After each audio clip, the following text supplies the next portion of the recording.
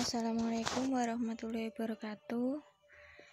Perkenalkan, saya Firda Fredina Faradita dari Teknologi Laboratorium Medik semester 5 akan menjelaskan tentang teknik amplifikasi asam nukleat.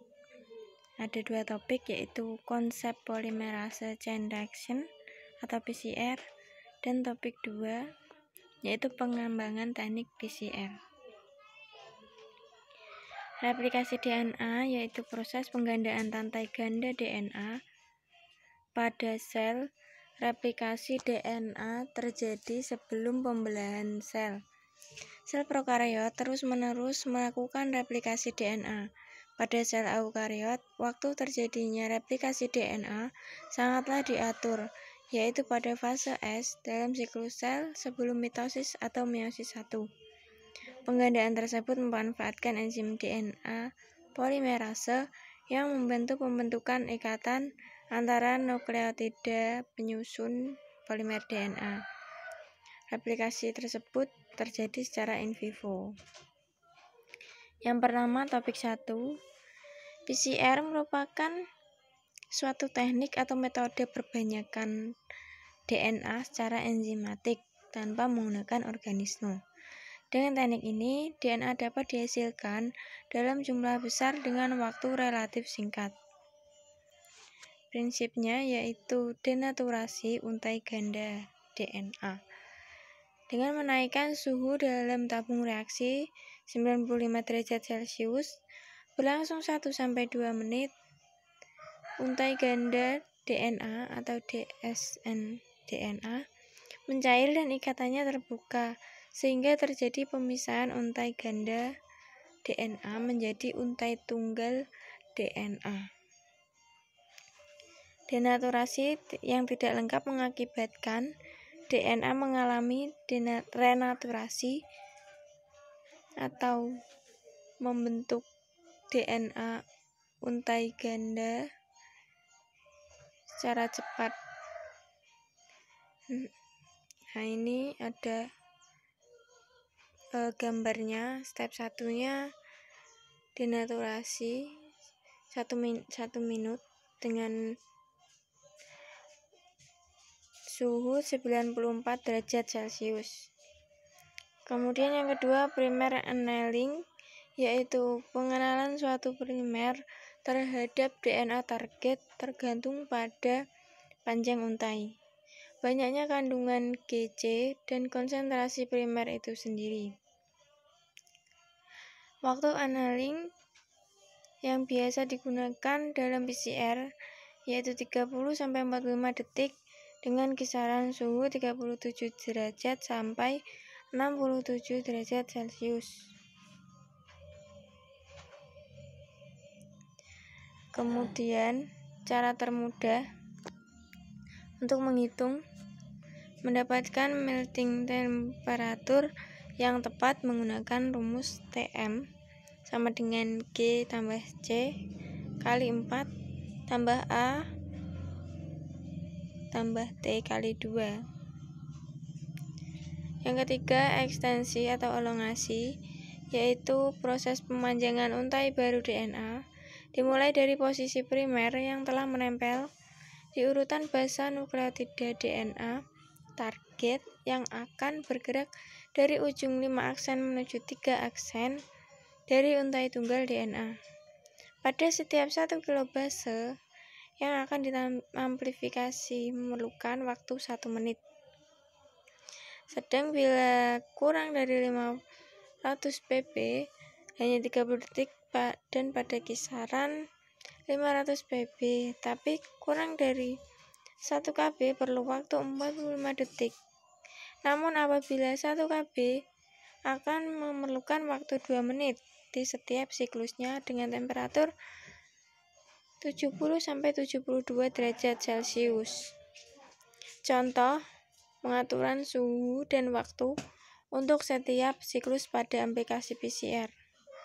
Ini bisa dilihat di tabel, mungkin bisa dibaca sendiri. Kemudian komponen PCR yaitu DNA cetakan yang berfungsi DNA cetakan di dalam proses PCR sebagai cetakan untuk pembentukan molekul DNA baru yang sama. Kemudian primers berfungsi sebagai pembatas fragmen DNA target yang akan diamplifikasi dan sekaligus menyediakan gugus hidroksi pada ujung 3 aksen. Kemudian selanjutnya, nukleotida sebagai building block DNA yang diperlukan dalam proses ekstensi DNA. Kemudian DNA polimerase sebagai katalis, lalu PCR buffer di sini untuk menjamin pH medium. Lalu PCR thermal cycler atau mesin PCR untuk mengamplifikasi atau menggantikan untaian basa-basa DNA yang dibatasi oleh pasangan primer pengapitnya melalui pengaturan suhu dan penggunaan enzim tahan panas tinggi. Nah, ini yang topik kedua yaitu pengembangan teknik PCR. Hal ini DNA yang akan diamplifikasi harus diisolasi terlebih dahulu dari sel atau jaringan. Perkembangan lebih lanjut memungkinkan para peneliti menggunakan molekul RNA sebagai bahan awal, yaitu dengan berkembangnya teknik reverse transkriptase PCR atau RT-PCR. Jenis-jenis teknik PCR.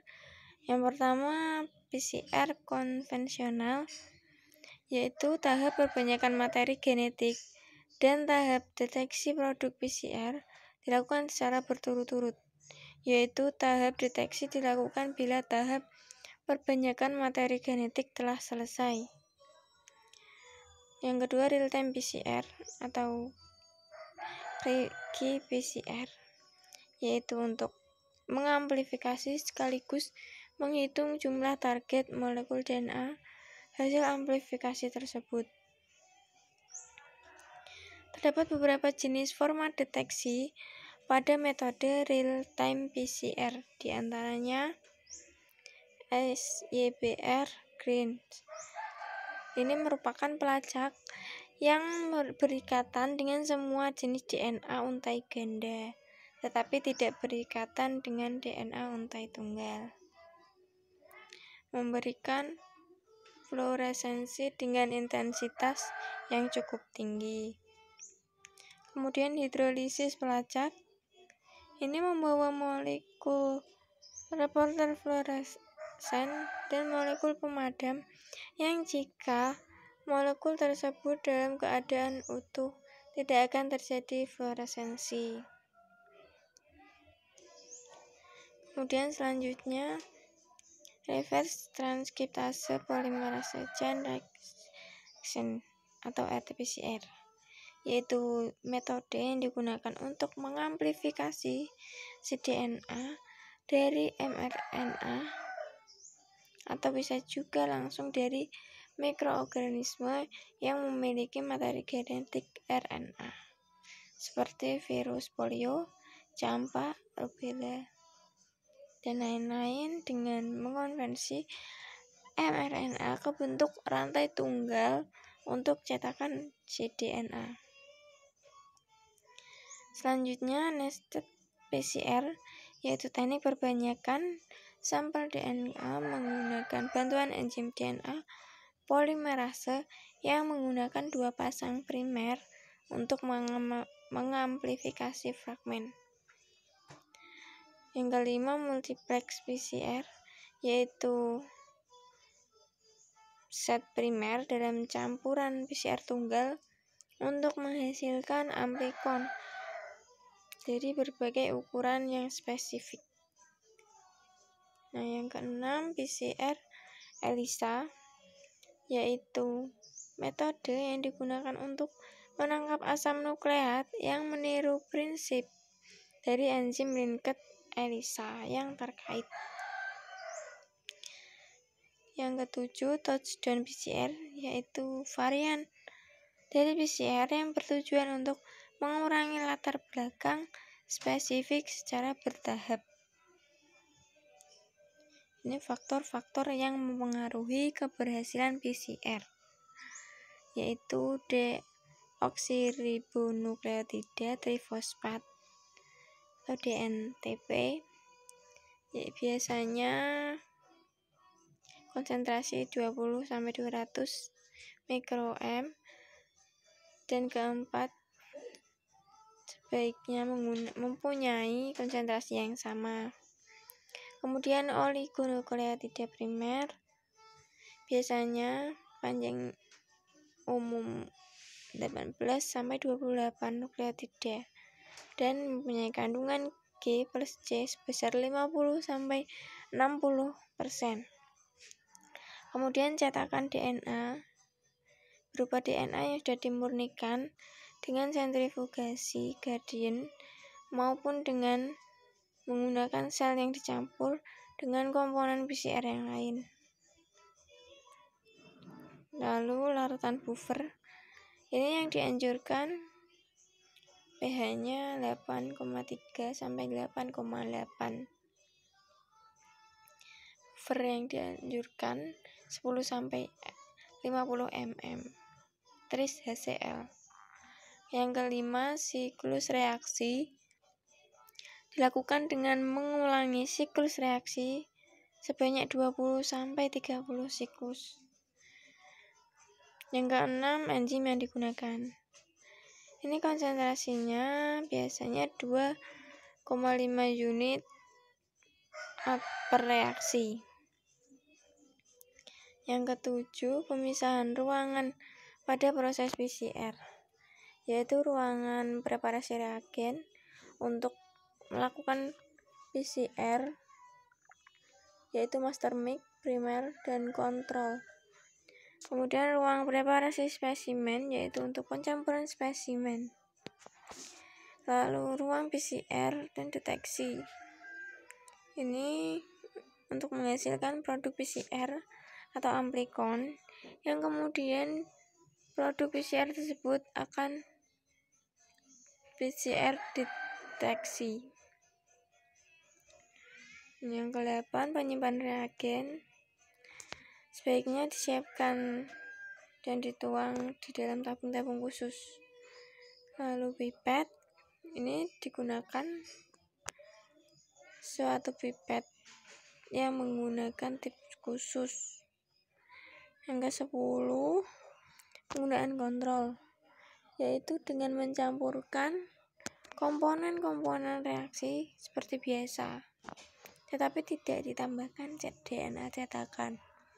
Kemudian dilakukan inkubasi seperti biasa. Yang ke-11, kecermatan dalam teknik laboratorium. Ini usahakan selalu memakai sarung tangan. Kemudian usahakan untuk membuka maupun menutup tabung reagen dengan hati-hati. Yang terakhir, sumber kontaminasi yang lain terdapat dalam DNA plasmid, fragmen DNA restriksi yang telah dipurifikasi, mesin sentrifugasi, dan campuran es kering atau es kering etanol. Sekian penjelasan dari saya, kurang lebihnya mohon maaf. Bila ada pertanyaan silahkan ditanyakan. Wassalamualaikum warahmatullahi wabarakatuh.